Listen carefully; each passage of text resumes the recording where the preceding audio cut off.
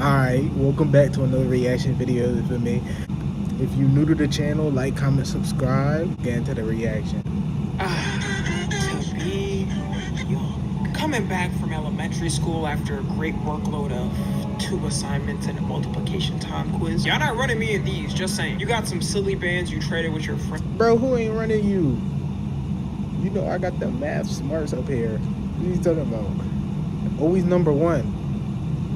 Recess court. You come back home and pour a big bowl of cereal and turn on the TV to either watch your favorite Disney show, your favorite Nickelodeon show, or your favorite cartoon show. You get bored, but no worries, because you call your friends over and run any game on the Wii Sports, Mario Kart, Super Smash Bros, or anything really. This was the childhood of most people watching this. Or, if you're really bored, you go outside, you feel me? You take your little bike, and we ride out. We ride out across town. We thought we were bosses riding on our bikes, bruh. But we stay outside. We playing sports. That's how it go. That's just how it went back then. Now everybody know you're not gonna see nobody outside. But now we're starting to see a different childhood being set up. One involving TikTok and brain rot. One involving lunch lean, the Hot Tua podcast. And I think it's official to say that childhood isn't the same. If you're older than 21 nowadays, you're basically considered unk by kids that are 12. You struggle to keep up with all the new slang. Bro, I can't even keep up, and I just graduated high school, literally. And I can't. I'm a freshman in college. I'm not keeping up with that, bro. I don't want to. Like, what is wrong? Like, what are y'all on, bruh?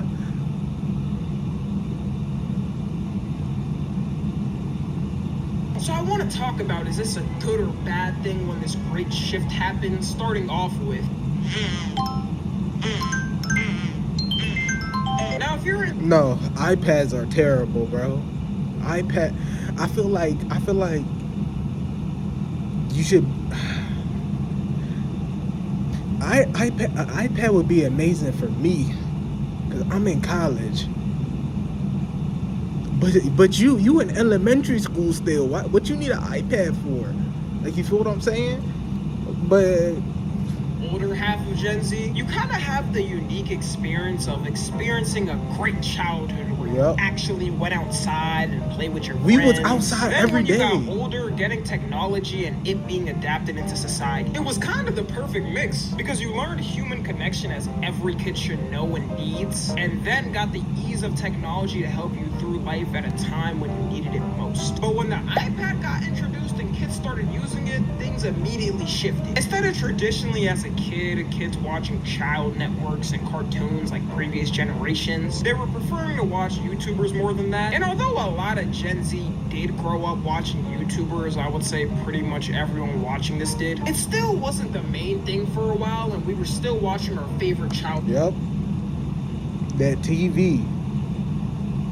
I'm telling you, people don't know that struggle, bruh. That struggle when your favorite movie is on a disc and that disc is cooked. People don't understand that struggle. Networks. But especially nowadays, since all networks have completely fallen off, kids are just watching YouTubers and streamers. And as much as we want to make fun of this, it's really not their fault. Childhood networks are officially dead. Ain't no one watching any of the new shows or talking about them, which is such a contrast to how it was growing up. I remember even growing up, some of my older family members would watch the cartoons with the kids because they were actually that good. It was like the last stretch of good. Man, they gave up. They gave up. I'm not even gonna lie. They started focusing on like the longer stuff, like the movies and stuff. That's what they started focusing on for real.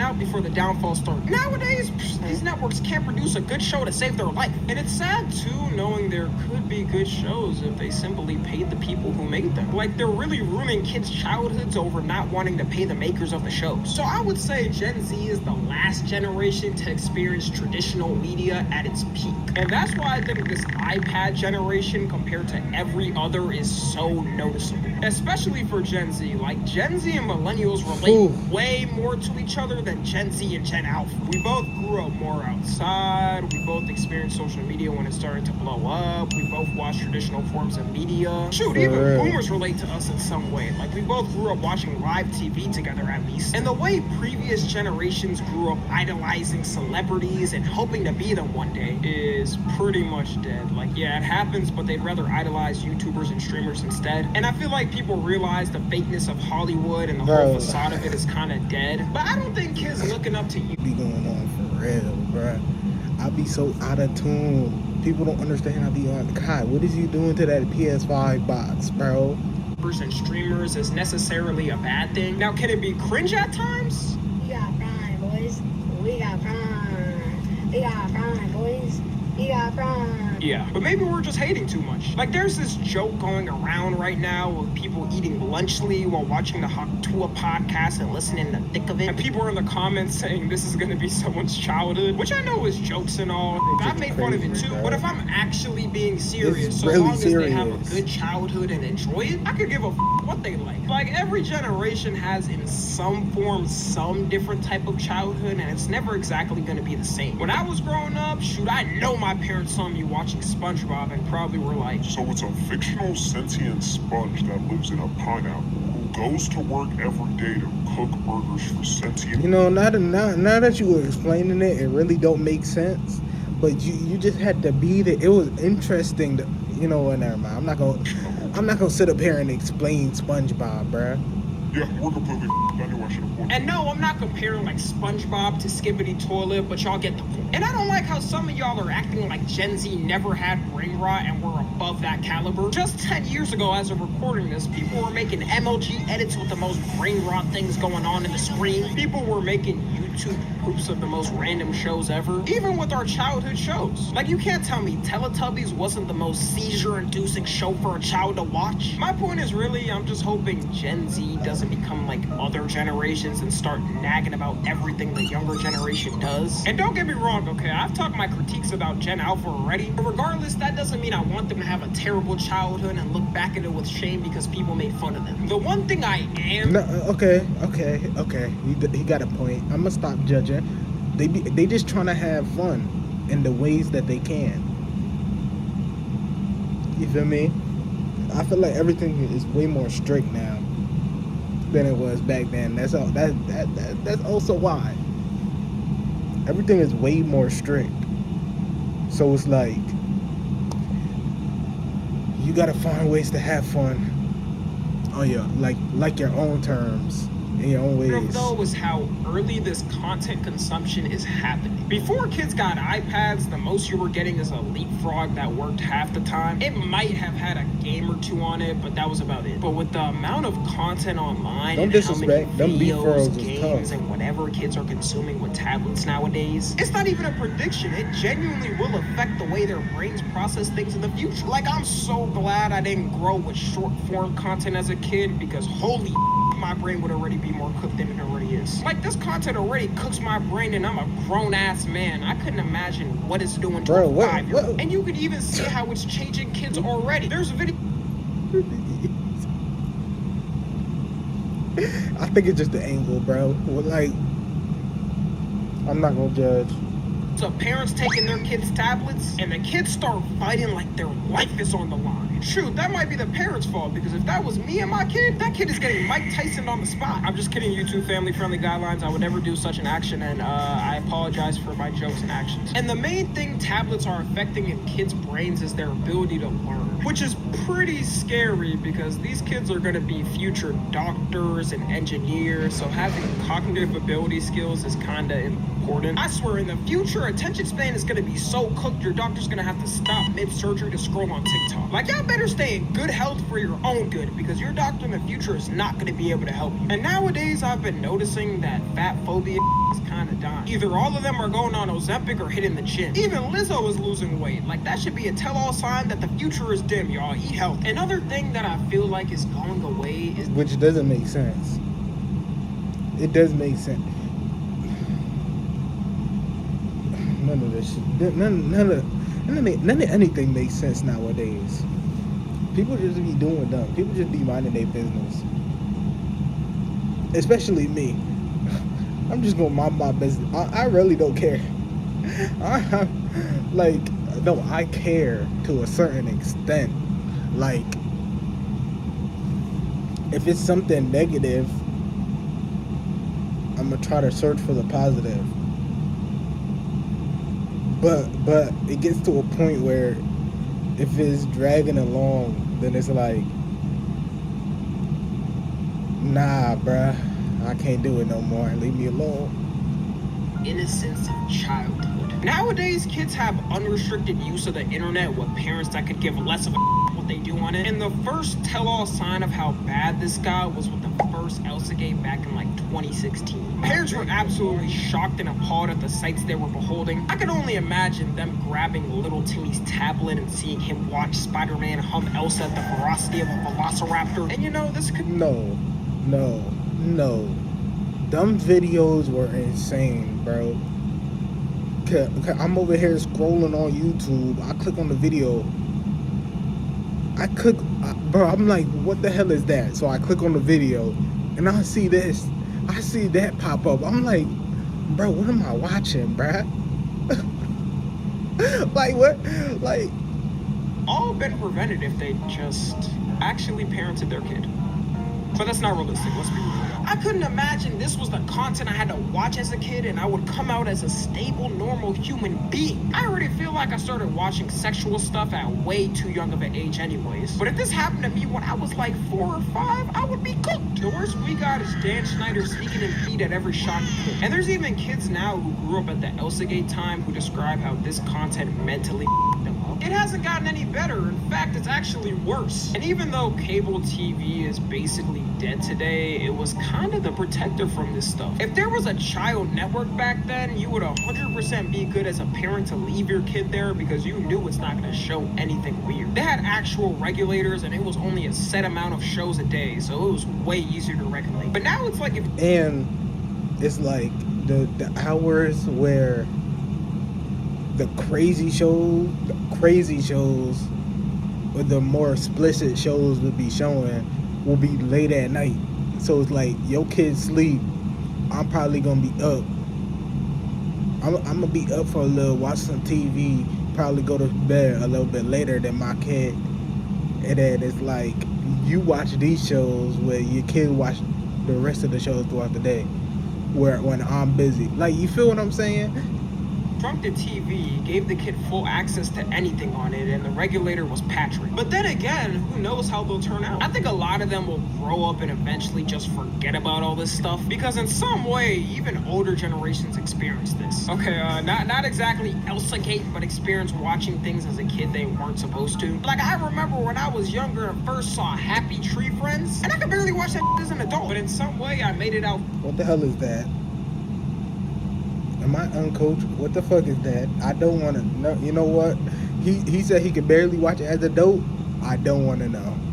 Seriously though, whoever thought of the concept of Happy Tree Friends is one of the sickest ever exist. And for y'all that don't know Happy Tree Friends, you've been warned. Even in the past, kids used to steal their dad's corn stash and watch it on the TV. The problem is, it's just way easier to access this compared to before. Like, even being able to get to that step is a mission. Another thing that's forever changed is learning. Traditionally, for I would say 100. Hold on, before you get to that, I feel like it's because, like I said, it's way more strict now. Because of security reasons, you want to know where your child at 24/7 and all of that. So you're gonna get him some type of device to know where they at 24/7. So it's like, also to be safe, but it can also be dangerous too.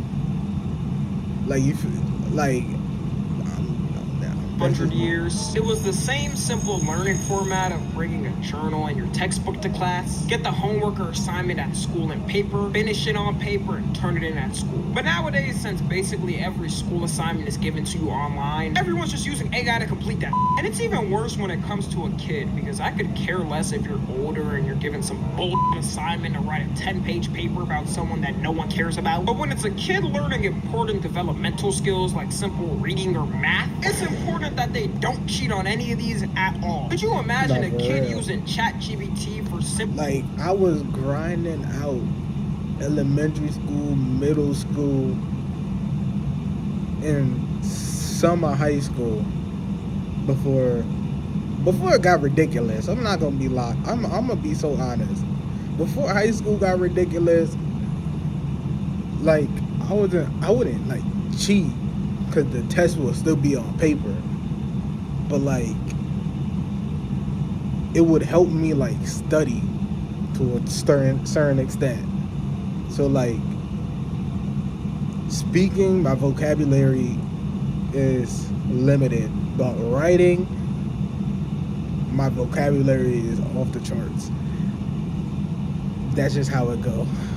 Addition than being a grown adult and not knowing how to do it. You might be a skilled mathematician in the future if you know how to add double digits. And this is specifically just online assignments because that's really the only place you can cheat. If it's an in-person test, then you're cooked. Most of the time, you just got to take an L on that. It's funny because in my high school classes, some of the teachers would always wonder how everyone was doing flawless on the online assignments. They're completely bombing the test. One of the teachers actually realized what was going on and changed all of her assignments so that only she made them and you couldn't cheat. So no one was able to find the online answers anymore, and some people kind of did better in the class and had to lock in on it because of that. A good requirement would be if you're in elementary school, you have to do your stuff in person only. Like, that makes the most sense. The last thing that got way worse is kids trying to act grown. And notice how I said got worse, because every single generation has had kids who have tried to act grown. Back then, you had kids getting candy cigarettes and pretending It's at the peak.